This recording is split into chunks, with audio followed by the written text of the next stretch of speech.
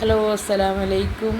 റംലാസ് കിച്ചണിൽ ഇത് പുതിയ റെസിപ്പി നമ്മളെ പനീർ തിക്കയാണ്. നല്ല ടേസ്റ്റാണ് ഇത്. അതെങ്ങനെയാണ് ഉണ്ടാക്കുന്നത് നമുക്ക് സമയം കളയാതെ തന്നെ നമ്മളെ കിച്ചണിലേക്ക് പോവാം. ഞാൻ അതിന് വേണ്ടി എടുത്തിരിക്കുന്നത് മിൽക്കി മിസ്റ്റിൻ്റെ 400 ഗ്രാം പനീറാണ്. ഒരു പാക്കറ്റ് 200 ഗ്രാമാണ്. അതിൻ്റെ മസാലയാണ് ഞാൻ കാണിക്കുന്നത്. മസാല എൻ്റെ കൈമന്ന് ക്യാമറ ഓഫായി പോയിട്ടുണ്ട്. അത് ഞാൻ പറഞ്ഞു തരാം എന്താണ് മസാലയെന്ന്. നമ്മൾക്ക് അതിലേക്ക് 1/2 കപ്പ് തൈര് എടുക്കണം, പുളിയില്ലാത്ത തൈര്.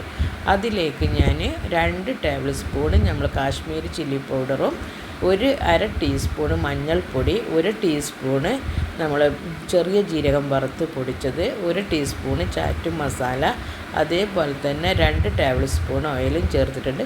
നമ്മൾ സൺഫ്ലവർ ഓയിലും ചേർത്ത് കൊടുക്കുക.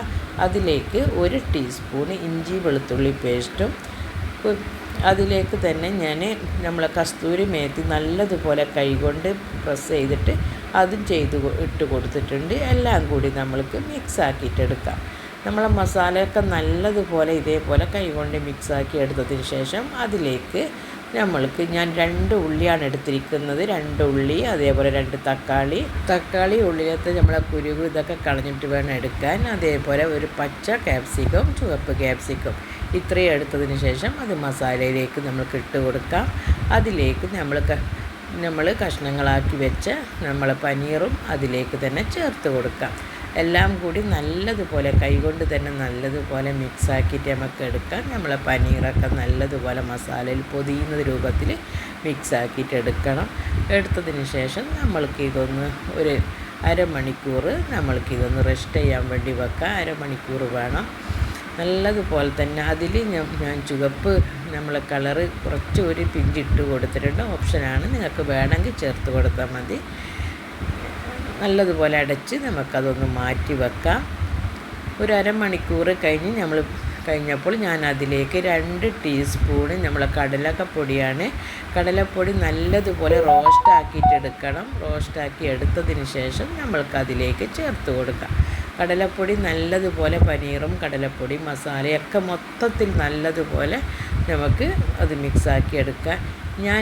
ഞാൻ സ്റ്റിക്ക് ഉണ്ടാക്കുന്ന ഇതേപോലുള്ള സ്റ്റിക്കിലാണ്. അത് ഒരു 10 മിനിറ്റ് വെള്ളത്തിലിട്ട് വെക്കണം. വെള്ളത്തിലിട്ട് വെച്ചതിന് ശേഷം ഞാൻ ഇതേപോലെ നമ്മളെ സ്റ്റിക്കിൽ തന്നെ എല്ലാം കോർത്തെടുത്തിട്ടുണ്ട്.